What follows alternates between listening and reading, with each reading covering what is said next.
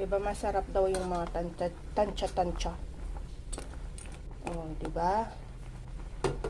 Okay, guys. Maya-maya po muli. Guys, habang patapos sa pagluluto, ayan, kumulo na din.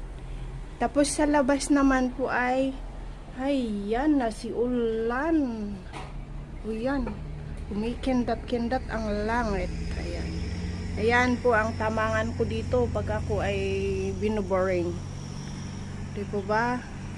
Sabay singot ng masarap na hangin galing sa labas.